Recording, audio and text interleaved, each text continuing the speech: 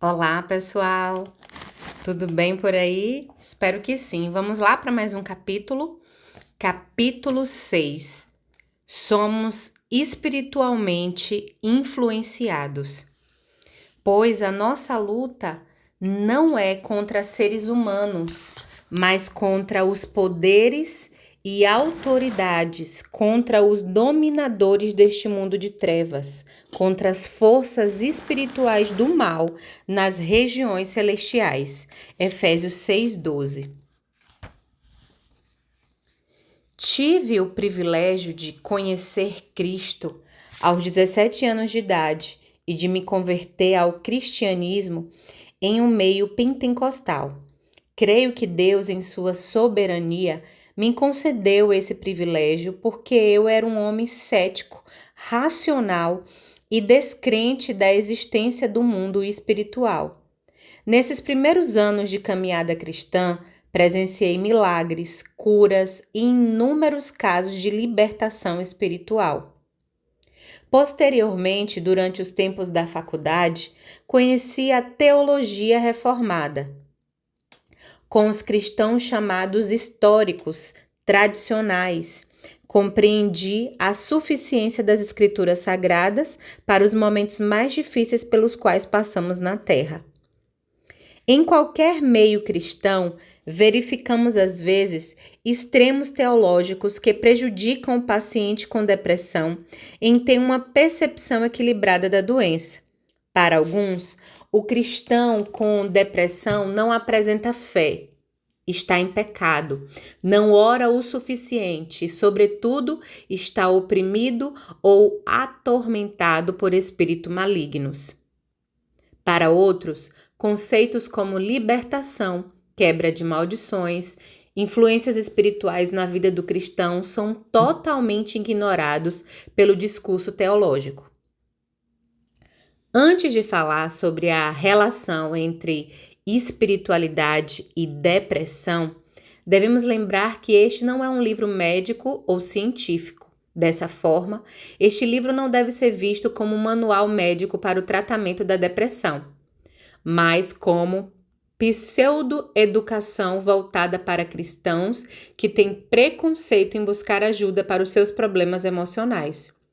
Por ser uma abordagem bíblica sobre a depressão e sua conexão com a mente e o cérebro, nem toda posição defendida aqui precisa ser aceita universalmente por todos os cristãos, porque nem todos compreendem essas questões do mesmo modo. O mesmo vale especialmente para as doutrinas fundamentais da fé cristã. Jesus separava os casos biológicos dos espirituais. Quando lemos as Escrituras, verificamos que Jesus fazia algumas diferenciações quando realizava curas e milagres. E isso é significativo. Em Marcos 9, ele curou um jovem que era surdo-mudo e que desmaiava com frequência. Jesus curou a enfermidade, expulsando um espírito maligno que atormentava o jovem. E essa foi considerada por Jesus uma enfermidade de origem espiritual. Tendo expulsado o espírito maligno, o jovem recobrou a saúde. Em outra ocasião, Jesus expulsou um demônio de um homem surdo e cego para o curar. Mateus 12. Tendo expulsado o demônio, o surdo ouviu e o cego viu. Entretanto, em outras ocasiões, verificamos Jesus curando a surdez, a mudez, a cegueira e outras enfermidades sem expulsar demônios, dando a indicação de que, naqueles casos, as enfermidades físicas não tinham relação direta com a atuação dos espíritos malignos. É inconcebível, nesses casos, pensar que Jesus curaria uma doença física, permitindo que o doente permanecesse oprimido espiritualmente. Se as forças espirituais do mal não foram expulsas, é porque elas não existiam como causadoras dessas doenças. Dessa forma, vemos nas Escrituras que Jesus diferenciava doenças oriundas de processos biológicos daquelas oriundas de atuações espirituais. Em Mateus, essa diferenciação é novamente exposta. Notícias sobre ele se espalharam por toda a Síria, e o povo lhe trouxe todos os que sofriam de vários males e tormentos, endemoniados, loucos e paralíticos, e ele os curou. Mateus 4:24. O texto mostra ter havido grupos diferentes de pessoas que Jesus curava, endemoniados e os que possuíam doenças biológicas. Logo, atribuir aos processos espirituais a origem de todos os quadros psiquiátricos e doenças que atingem o cérebro não é um conceito teológico que pode ser sustentado pela espiritualidade cristã à luz da Bíblia. Estou convencido de que não temos todas as respostas sobre a incrível conexão entre o cérebro, a alma e o mundo espiritual, não sendo o objetivo deste livro elucidar todos os questionamentos do leitor. Além disso, alguns pontos teológicos e doutrinários expostos aqui não são aceitos universalmente nos meios evangélicos e católico-carismático.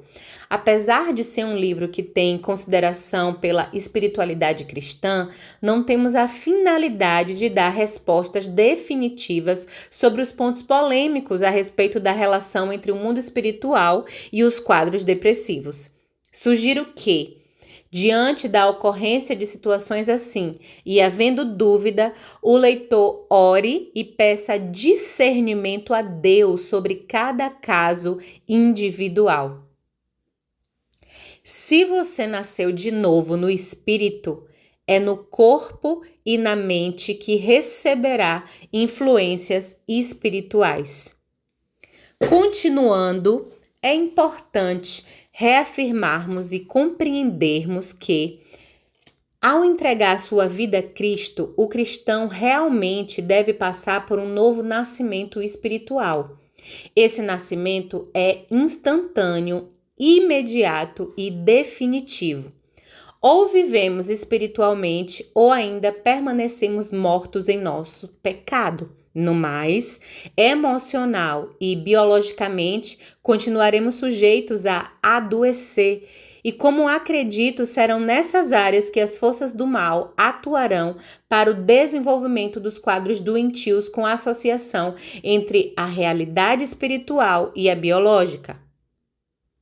Ao longo dos anos de prática clínica, foram várias as ocorrências de pessoas diagnosticadas com depressão e, após passarem por programas chamados de libertação e cura interior em sua comunidade, apresentaram melhora substancial sobre suas queixas depressivas e ansiosas. Logo, a origem espiritual de alguns quadros depressivos não pode ser ignorada. Mas penso que na vida do cristão há uma atuação preponderante das forças espirituais do mal em sua mente, se aproveitando de momentos de depressão. Ao contrário da realidade espiritual, que passa por mudança imediata com a conversão, o corpo e a alma são alvos de transformações progressivas vindas da parte de Deus pela ação do Espírito Santo e de sua palavra. Dessa forma, pelo fato de a obra restauradora em nós não ser realizada imediata e completamente, como cristãos somos alvos da atuação de forças espirituais do mal que exercem influência sobre a nossa vida biológica e emocional, procurando nos destruir. Alguns cristãos não acreditam nessa possibilidade, mas encontramos base na Bíblia para afirmar que nós cristãos estamos sujeitos a ataques espirituais. Por exemplo, Paulo escreveu: pois a nossa luta não é contra seres humanos, mas contra os poderes e autoridades, contra os dominadores deste mundo de trevas, contra as forças espirituais do mal nas regiões celestiais. Efésios 6:12. A palavra de Deus deixa claro que o mundo espiritual influencia o mundo físico. A Bíblia também diz para resistirmos ao diabo, a fim de que ele fuja de nós. Tiago 4:4. É inegável que devemos considerar que o mundo espiritual é real e que temos um adversário que sempre nos ronda para roubar, matar e destruir. João 10:10. Isso também ocorre em nossa natureza emocional. O nosso inimigo espiritual tenta implantar pensamentos em nossa mente. Pedro foi um dos discípulos mais próximos de Jesus e o diálogo disponível em Mateus 16 entre ele e Jesus traz um conceito esclarecedor para o nosso tema. Jesus falava sobre cumprir o seu chamado ao morrer na cruz pelos perdidos. Quando Pedro disse a Jesus que aquilo não aconteceria a ele de maneira alguma, Jesus, o Deus vivo, viu que a mente de Pedro estava sendo manipulada e que o futuro apóstolo era usado para transmitir coisas que Satanás queria dizer. Jesus então disse: "Para trás de mim, Satanás, você é uma pedra de tropeço para mim, e não pensa nas coisas de Deus, mas nas dos homens." Mateus 16:23. Jesus não julgou nem recriminou a Pedro, que posteriormente foi bastante usado para a edificação da igreja, conforme lemos no livro de Atos. Entretanto, esse episódio serve para mostrar que o inimigo pode atuar na mente de uma pessoa para implantar conceitos, pensamentos, desejos, sentimentos e iniciativas distorcidos e maus.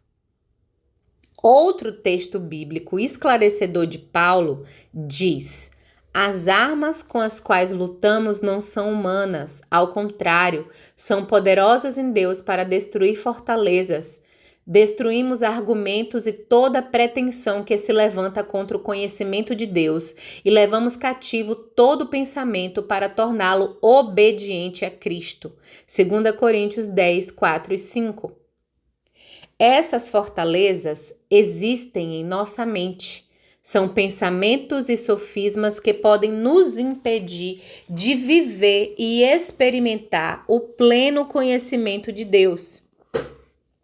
Uma das linhas de terapias mais utilizadas no mundo hoje é a terapia cognitiva comportamental, que trabalha diretamente com o conceito de que nós apresentamos distorções em nossos pensamentos e memórias que acabam por alterar e programar nossos comportamentos. Essas distorções são chamadas de erros cognitivos e esquemas mentais. Eu as vejo em muitas ocasiões como as fortalezas da mente descritas na palavra de Deus. Quando estamos diante de um problema, tomada de decisão ou qualquer outra situação em nosso dia a dia, a primeira coisa que nosso cérebro faz é interpretar essa realidade com base em nossos pensamentos, percepções e memórias. Temos um pensamento sobre os problemas enfrentados e isso acontece imediatamente nessas ocasiões. Esse pensamento determinará os sentimentos e o comportamento que teremos e como reagiremos a ele. Parece complicado compreender, mas o nosso cérebro é programado para acreditar em nossos pensamentos, mesmo que eles sejam distorções da realidade, sem sentido ou sem o adequado dimensionamento ao mundo real. E dessa maneira, verificar e corrigir esses pensamentos pode trazer grandes benefícios à saúde emocional, melhorando comportamentos e sentimentos que apresentamos diariamente. Creio que pacientes depressivos estão mais vulneráveis a inserções de pensamentos, memória e percepções por parte do mundo espiritual. E aqui cabe uma diferenciação. A história de vida, a família, o meio social e até mesmo fatores biológicos, um conceito amplo, difícil de explicar neste livro, pode gerar pensamentos comuns a pacientes depressivos, autoestima baixa, negativismo, pessimismo, perfeccionismo. Por outro lado, muitos dos pensamentos inseridos na mente do deprimido são provenientes de uma espiritualidade doente ou de fatores espirituais externos. Comparar-nos a um computador, ainda que recorrendo a uma analogia simplista e falha, talvez seja a melhor maneira para uma explicação adequada. O nosso cérebro seria a placa-mãe e todo o hardware do computador, enquanto a nossa mente seria o sistema operacional, o Windows, por exemplo. Constantemente instalamos e apagamos arquivos no sistema operacional e alguns de nós instalam antivírus visando bloquear ou reduzir ao máximo o acesso de visitantes indesejados ou vírus vindos da internet. O paciente depressivo apresenta fragilidades nos mecanismos biológicos e emocionais de defesas. Seus antivírus biológicos e emocionais estão fragilizados, tornando-o mais sensível e aberto aos ataques espirituais. Todos os que trabalham com libertação e cura interior na prática pastoral reafirmam isso em suas experiências ministeriais. Por causa dessa fragilidade, o paciente tem a organização de seus pensamentos e o autocontrole emocional comprometidos. Isso faz que ele tenha maior dificuldade em entender se os seus pensamentos provêm de sua própria mente, como consequência da doença, ou se são inseridos por forças externas. Marta, uma paciente com depressão e ansiedade, contou a mim um testemunho muito edificante a esse respeito. Durante um episódio de depressão, ela estava em casa e de repente veio um pensamento em sua mente: você tem que se matar, ninguém a ama. Imediatamente, ela reconheceu que aquele pensamento não era dela e orou repreendendo os pensamentos em sua mente, declarando a palavra de Deus. As sugestões de suicídio nunca mais voltaram a seus pensamentos, mesmo após experimentar outros momentos de depressão.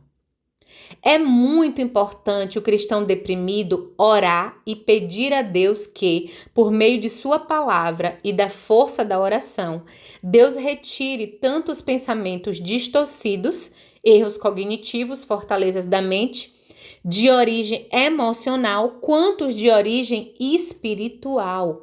A palavra de Deus é a nossa maior aliada nessa identificação, podendo nos dar o discernimento espiritual sobre o que é de natureza física, emocional ou espiritual em nossa mente, pois a palavra de Deus é viva e eficaz e mais afiada que qualquer espada de 2 gumes. Ela penetra até o ponto de dividir alma e espírito, juntas e medulas, e julga os pensamentos e intenções do coração. Hebreus 4:12. Por último, o cristão sempre deve se lembrar de que Cristo tem a supremacia sobre todo o reino, principado, potestade ou qualquer força espiritual do mal, e não deve ver as forças espirituais do mal com medo e terror. Deve sim olhar para a cruz e ver que nela Cristo tem todo o poder de nos libertar daquilo que possa afligir a nossa alma.